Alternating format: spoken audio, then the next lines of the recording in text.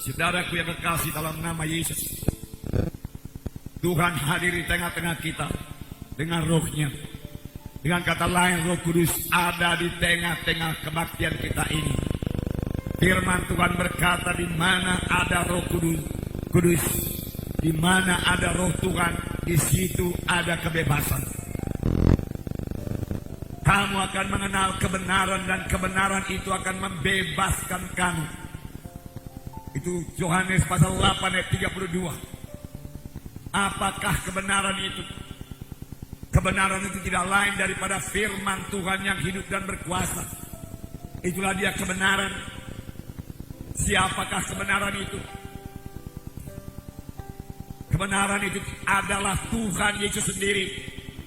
Karena Tuhan pernah berkata, akulah jalan dan kebenaran dan hidup. Seorang pun tidak sampai kepada Bapa kalau tidak melalui aku. Dialah kebenaran, Yesuslah kebenaran. Jadi sepanjang saudara mengenal Yesus dan bertemu dengan Yesus pada malam Natal ini, maka malam Natal ini juga merupakan kebebasan bagi saudara. Terutama kebebasan dari dosa yang memberatkan saudara, yang menutup hubungan saudara dengan Yesus.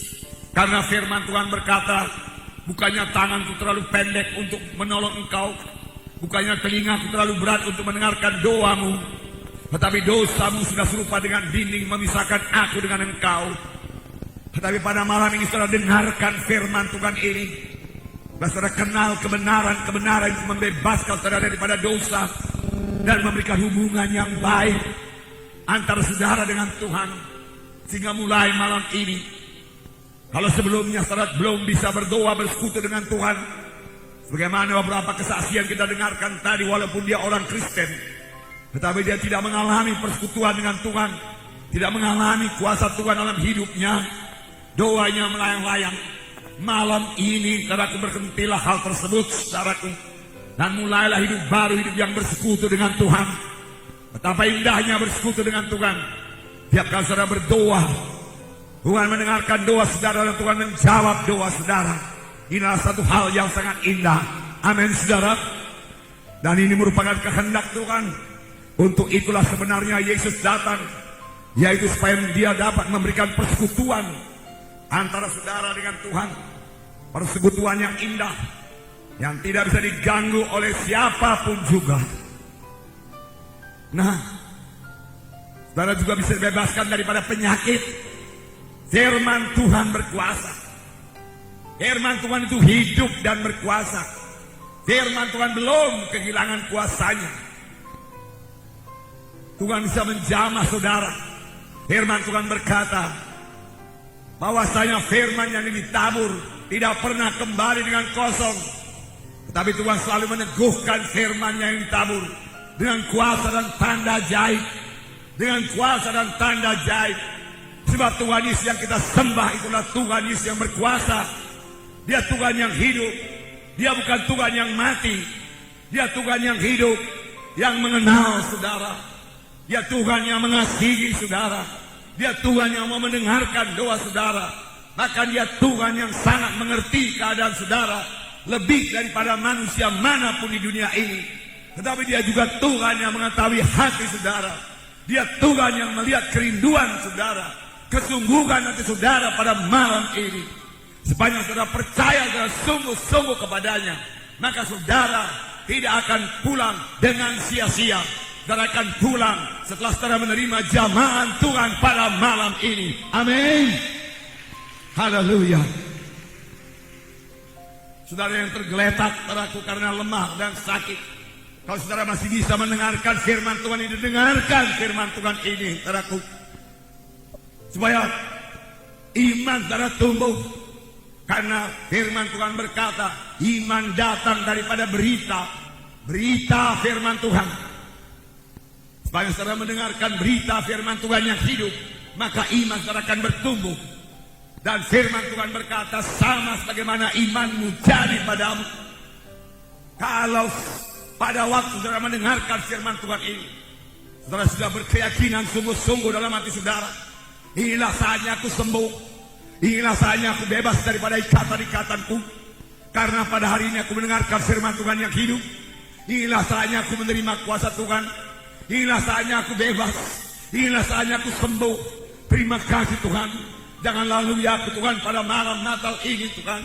Berilah jamahanmu pada malam Natal ini. Aku butuh jamahanmu Tuhan untuk kesembuhanku. Maka saudara tidak akan kecewa pada malam Natal ini. Kuasa Tuhan akan dinyatakan dalam hidup saudara. Saudara kekasih dalam nama Tuhan Yesus.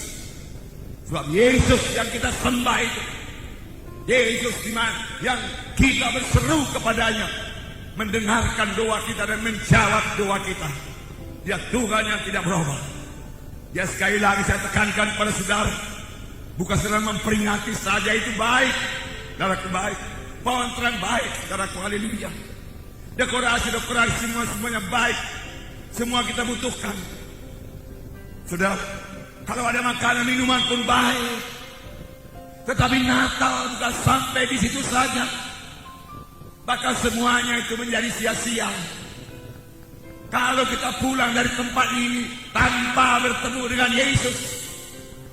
Sebab wujud Natal bukanlah pohon terang, wujud Natal bukanlah kue-kue, wujud Natal yaitu oknum pribadi Yesus sendiri yang sudah ada di tengah-tengah kita.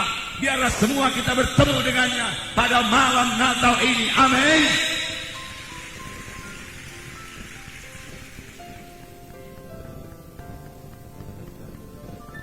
Kita bersyukur kepada Tuhan.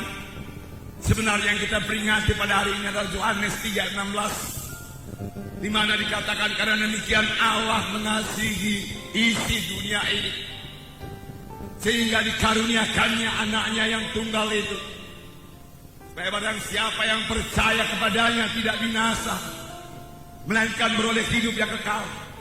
Barang siapa yang percaya kepadanya, siapa saja yang percaya kepadanya, siapa saja termasuk kita semua yang berhimpun di sini, apapun latar belakang saudara, suku, agama saudara, berita bagi saudara, Allah Bapa mengasihi saudara dan Dia tidak ingin saudara binasa. Dia mau supaya saudara sampai kepada hidup yang kekal. Oleh sebab itu Dia mengirimkan anaknya ke dunia ini, lahir menjadi manusia. Itulah Dia Tuhan Yesus Kristus, supaya barang siapa yang percaya kepadanya tidak binasa, melainkan beroleh hidup yang kekal. Tidak binasa, tidak binasa, melainkan beroleh hidup yang kekal. Jadi ada dua perkara. Ada manusia ini yang akan binasa, ada yang beroleh hidup yang kekal.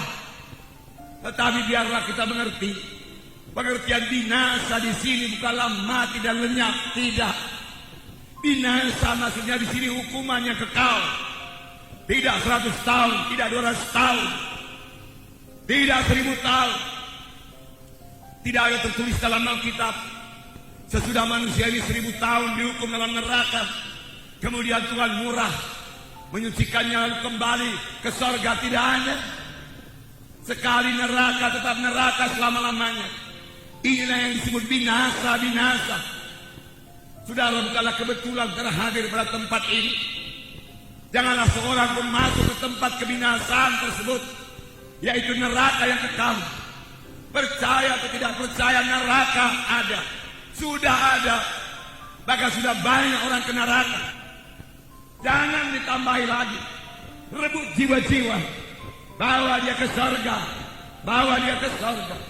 Tapi di samping neraka ada surga yang kekal, surga selama-lamanya, selama-lamanya senang. Di surga tidak ada kebinasaan, di surga tidak ada penyakit, tidak ada kesusahan, tidak ada setan. Tuhan menyediakan surga bagi saudara. Tuhan menyediakan surga bagi kita sekalian yang berhimpun di sini. Dan Tuhan mengendaki semua kita memiliki hidup yang kekal. Amin. Karena firman Tuhan berkata, tidaklah ia gemar seorang pun binasa, tetapi supaya sekaliannya sampai kepada pertobatan. Tuhan tidak suka seorang pun ke neraka. Neraka diciptakan bukan untuk tempat manusia. Neraka diciptakan untuk tempat setan. Tetapi pengikut setan, orang-orang berdosa yang tidak mau bertobat, yang cinta kepada dosanya, yang cinta kepada kegelapan, yang cinta kepada kuasa-kuasa kegelapan tidak akan mewarisi hidup yang kekal, tapi beroleh hukuman yang kekal. Jadi yang kita peringati pada hari ini, Yohanes 3:16 digenapkan Tuhan. Semua kita mengetahui ayat ini. Anak-anak mengetahui ayat ini. Dari kecil saya mengetahui ayat ini. Bahkan pernah waktu saya masih sekolah dasar, pada waktu itu namanya sekolah rendah, ayat hafalan saya yaitu Yohanes 3:16. Saya bersuka cita menyampaikan ayat ini, walaupun saya pada waktu itu tidak mengerti apakah saya ini sudah selamat atau belum. Walaupun orang tua saya seorang sintua, seorang pertua, kami juga tidak mengerti bagaimana mencapai keselamatan itu, bagaimana lahir baru menjadi anak-anak Tuhan. Bahkan perkataan lahir baru pun masih sangat asing kepada kami. Tetapi dengan anugerah Tuhan, Tuhan memimpin kami semua kepada keselamatan, lahir baru menjadi anak-anak Tuhan, dosa diampuni dan mewarisi hidup yang kekal. Bahkan saya bertanya, bolehkah manusia ini selama lagi dia hidup di dunia ini mengetahui dengan pasti apakah dia sudah selamat? Dapatkah dia mengetahui dengan pasti kalau dia mati ke sorga? Alangkah senangnya kalau demikian. Firman Tuhan berkata, kita bisa mengetahuinya. Sebagai anak-anak Tuhan bahkan kita harus mengetahui dengan pasti apakah kita sudah selamat atau belum, apakah kita sudah lahir baru atau belum. Dan kita harus mengetahui dengan pasti kalau kita mati kemana. Kalau kita mati sebagai anak-anak Tuhan, firman Tuhan berkata kita ke sorga, di bawah Allah bersama-sama dengan Dia. Kalau kita hidup dalam Tuhan dan mati dalam Tuhan. 1 Tesalonika berkata mengenai orang yang mati, janganlah kamu bodoh, biarlah kamu mengetahui semua orang yang mati dalam Tuhan di bawah Allah besertanya. Di kuburan sering kita baca ayat ini, pendeta sering membaca, jemaat mendengarkan, tapi kerap kali sebagai penghiburan saja. Bukannya mereka mencek dirinya, sudahkah mereka hidup dalam Tuhan? Sudahkah ada hubungan pribadi mereka dengan Yesus? Apa tidak? Keselamatan ditentukan oleh hubungan pribadi kita dengan Yesus. Keselamatan jiwa, keampunan dosa, lahir baru, hidup yang kekal, semua itu sejalan, bukan ditentukan oleh pencatatan nama di gereja. Seseorang boleh saja mencatatkan nama di 5 gereja, tapi kalau dia masih belum punya hubungan pribadi dengan Tuhan Yesus, dia tidak akan mewarisi hidup yang kekal. Firman Tuhan berkata dalam 1 Yohanes pasal 5 ayat 11 dan 12, dikatakan, dan inilah kesaksian itu, Allah telah mengaruniakan hidup yang kekal kepada kita, dan hidup itu ada di dalam Anaknya. Barang siapa memiliki anak, ia memiliki hidup. Barang siapa tidak memiliki anak itu, ia tidak memiliki hidup.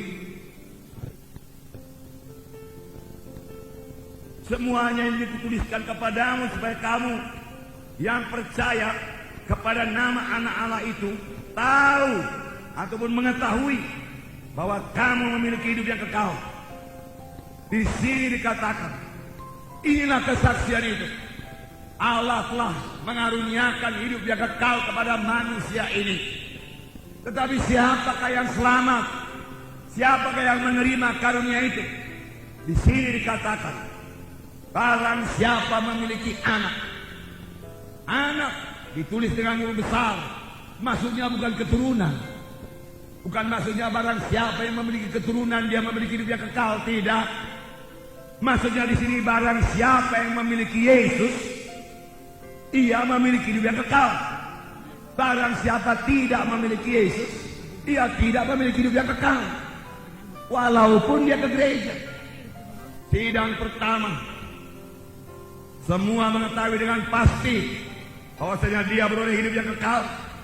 Itu sebabnya kepada sidang pertama, mati martir tidak menjadi persoalan. Dia tahu kalau dia mati martir, itulah dia berjumpa dengan Tuhan dan Juru Selamat. kehidupannya tidak akan berhenti.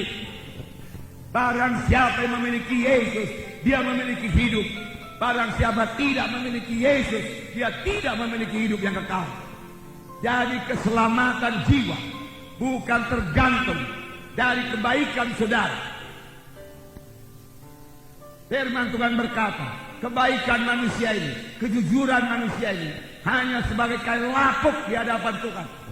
Memang sesudah selamat, saudara harus bertobat, tinggalkan semua dosa sebagaimana kita lihat dalam fragmen-fragmen tadi.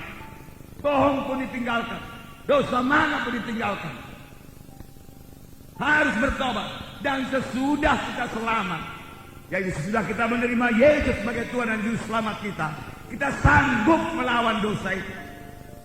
Mengapa? Karena kita tidak sendiri lagi. Ada Yesus dalam hati kita. Kita tidak sendiri. Ada Yesus dalam hati kita.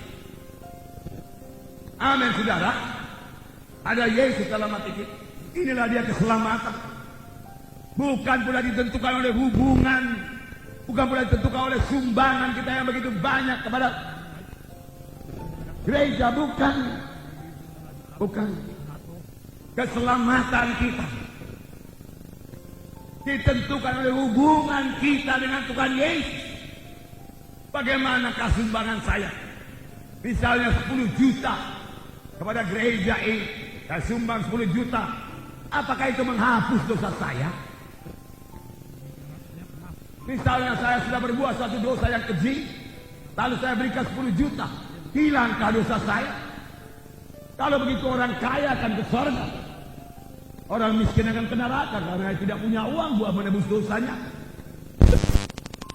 Tetapi tahukah saudara bahwasanya hanya satu yang dapat menebus manusia ini dari dosa? Hanya satu, yaitu darah Yesus yang telah tercurah di kayu salib di Golgota. Haleluya. Kamu ditebus dari cara hidupmu yang sia-sia, bukan dengan emas dan perak. Itu buku 1 Petrus pasal 1 ayat 18-19. Kamu telah ditebus dari cara hidup yang sia-sia, bukan dengan emas dan bukan dengan perak, tetapi kamu ditebus dengan darah yang mahal, darah yang suci, darah yang tidak bercacat celah, yaitu darah Kristus. Amin. Yang sebagai darah anak domba tidak bercacat celah. Hanya darah Yesus yang tidak bercacat celah. Seluruh darah manusia di dunia ini sudah bercacat celah, karena semua manusia telah berdosa dan telah kehilangan kemuliaan Allah. Itu sebabnya hanya Yesus satu-satunya jalan ke sorga. Tuhan sendiri berkata, akulah jalan, akulah kebenaran, akulah hidup. Seorang pun tidak sampai kepada Bapa kalau tidak melalui aku. Tidak sampai ke sorga kalau tidak melalui Yesus. Tuhan itu bukan penunjuk jalan. Dialah jalan itu. Milikilah jalan itu. Milikilah Yesus. Bahkan kepada saudara yang sakit saya katakan pada malam ini, saudaraku, yang terpenting, yang paling penting bagi saudara bukan kesembuhan tubuh. Memang Tuhan menyembuhkan tubuh.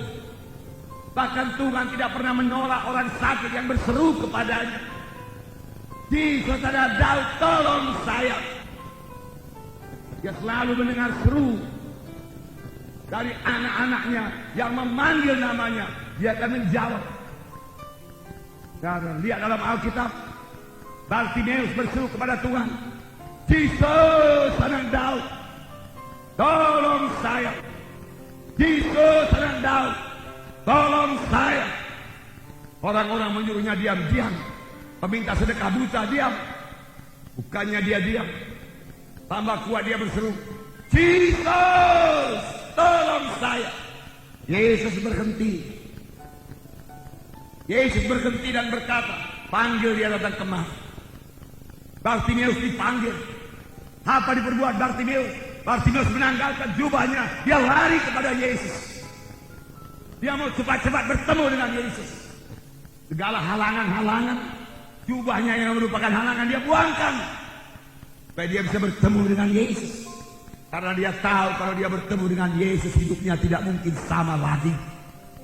Demikian juga saudara yang pada malam ini bertemu dengan Yesus. Hidup saudara tidak mungkin sama lagi. Amin. Bertemulah dengan Yesus pada malam ini. Jangan lewatkan kesempatan ini. Setan sangat gembira kalau pada waktu hari Natal jiwa-jiwa tidak bertemu dengan Yesus. Setan bersuka cita pada hari Natal kalau jiwa-jiwanya selamat hari Natal, disuguhi kue yang lezat-lezat. Firman Tuhan juga berkata, berserulah olehmu kepadaku, maka aku akan menjawab engkau. Mengapa terikat? Mengapa bisu?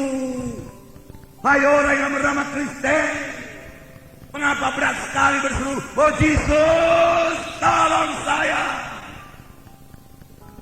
Apakah saudara pikir Yesus akan tinggal diam? Kalau seorang anak mohon pertolongan bapaknya, Bapak, saya tenggelam dalam sumur, tolong.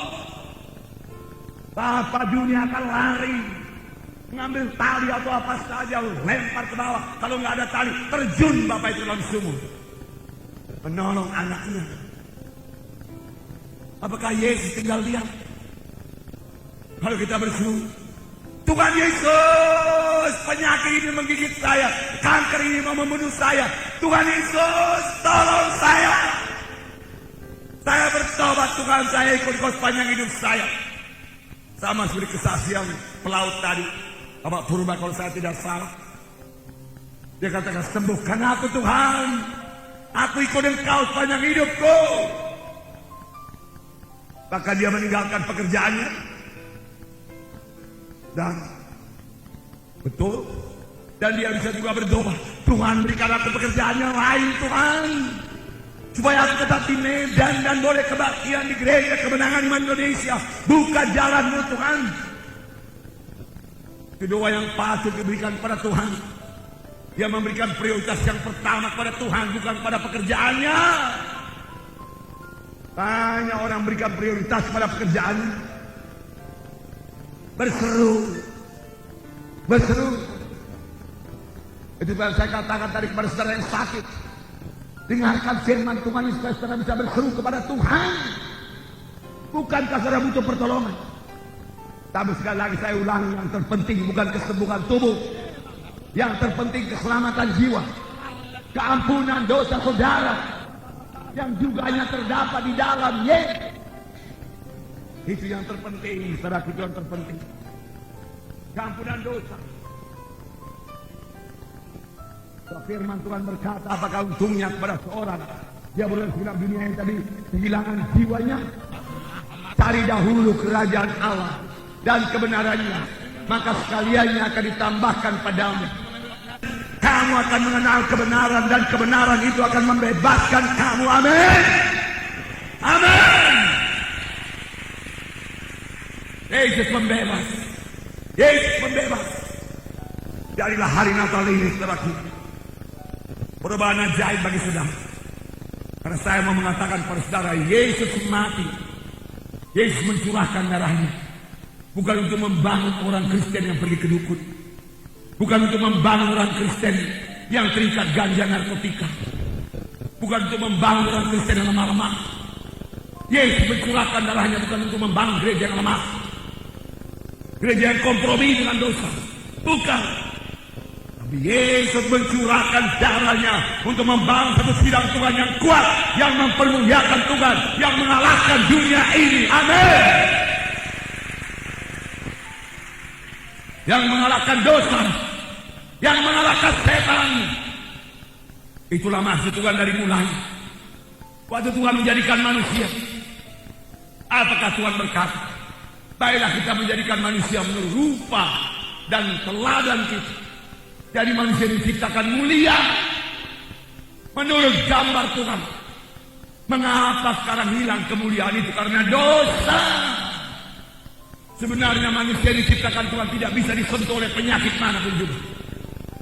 Tetapi karena dia jatuh kepada dosa, kehilangan kemuliaan Allah, penyakit datang menyentuh dia, mengikat dia, membunuh dia.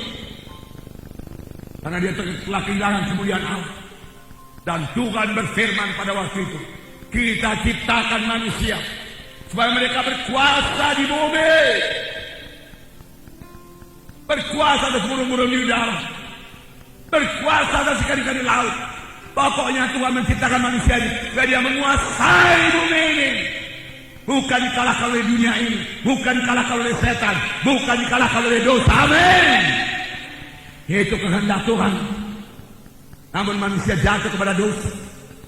Tetapi setelah Yesus datang, Tuhan kembalikan kemuliaan kepada manusia itu, kuasa kepada manusia itu. Yesus masuk dalam hati manusia, dan dengan Yesus dalam hati manusia ini, dia lahir baru menjadi anak-anak Tuhan. Dia bisa mengalahkan setan, mengalahkan dosa, mengalahkan dunia, hidup berkemenangan di dunia ini, dan mempermuliakan Tuhan. Amin. Haleluya. Haleluya. Itu kehendak Tuhan, saudara. Yesus mati bukan untuk membangun gereja yang lemah, bukan gereja yang kompromi, setengah gelap, setengah terang.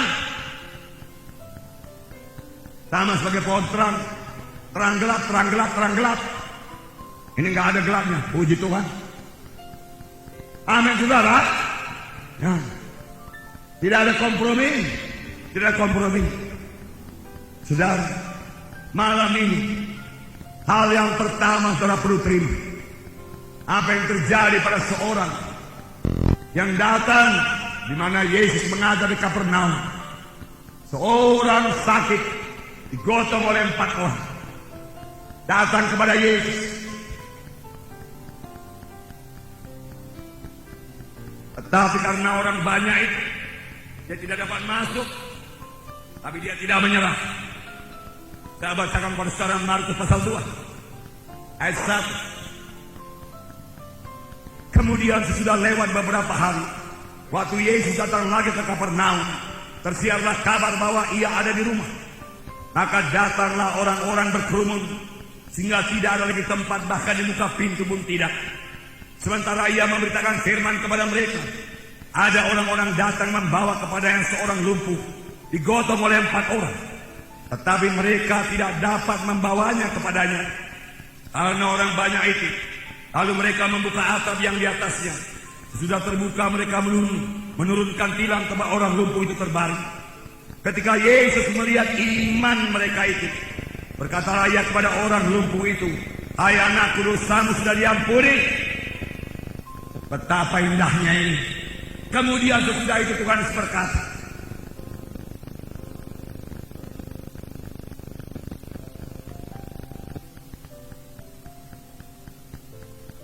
manakah lebih mudah mengatakan pada orang lumpuh ini, dosamu sudah diampuni, atau mengatakan bangunlah, angkatlah tempat tidurmu dan berjalan. Tetapi supaya kamu tahu bahwa Anak Manusia berkuasa mengampuni dosa, berkatalah ia kepada orang lumpuh itu, kepadamu kukatakan, bangunlah, angkatlah tempat tidurmu dan pulanglah ke rumahmu. Dan orang itu pun bangun, segera mengangkat tempat tidurnya dan pergi keluar di hadapan orang itu, sehingga mereka semua takjub, lalu memuliakan Allah, katanya, yang begini belum pernah kita lihat. Yesus mengajar di Kapernaum, penuh semua, di muka pintu dan jendela, di dalam ruangan penuh, orang tidak bisa masuk lagi. Seharusnya demikianlah kebaktian. Jiwa-jiwa berbondong-bondong datang. Seharusnya gereja tidak ada kursi yang kosong. Kita tidak muat dalam ruangan yang punya tempat duduk 2.500 ini, saudara. Ini baru satu wilayah Medan Tuntungan. Pada waktu kebaktian wilayah Medan Timur, di Jalan Pantingsan, kapasitas gedung tempat duduk gereja kita di sana hanya muat 1.000 tempat duduk. Di atas 500 dari 1.500. Penuh di bawah, penuh di atas. Lalu di lapangan depan, saudaraku, parkir mobil digeser keluar. Penuh, bisa muat 500 orang lagi, 500 kursi. Tetapi jiwa-jiwa masih terus datang. Dan jiwa-jiwa yang datang tidak bisa lagi sampai kepada saya. Mereka sampai ke jalan-jalan itu. Saudara, jiwa-jiwa perlu Yesus. Saudara perlu Yesus. Yesus hidup. Dan malam itu Tuhan bekerja. Berita keselamatan, berita kelepasan, berita kesembuhan saya sampaikan kepada mereka. Tapi waktu jam pendamaian, waktu saya panggil ke depan, mereka maju ke depan. Saya melihat begitu banyak yang bangkit dari tempat duduknya, sekitar 1.000 orang. Dan tempat di sini sudah penuh. Jiwa-jiwa sudah sampai di pinggir batas podium. Jiwa-jiwa. Lalu saya katakan stop. Lalu yang di atas tidak bisa maju ke depan, yang di luar tidak bisa maju ke depan. Mereka hanya berdiri di tempat dan berdoa di tempat. Kalau kuasa Tuhan dinyatakan, jiwa-jiwa akan berbondong-bondong datang di gereja. Amin. Haleluya. Tuhan, kembalikan ini Tuhan. Kembalikan kuasa-Mu kepada gereja-Mu Tuhan Yesus. Ini doa saya. Gereja Tuhan penuh. Dan jiwa-jiwa berubah, jiwa-jiwa berubah. Malam ini kita pulang dengan perubahan ajaib daripada Tuhan. Amin. Paling tidak saudara mengenal Yesus sebagai Tuhan dan Juru Selamat. Dan mulai malam ini saudara bersekutu intim dengan Yesus.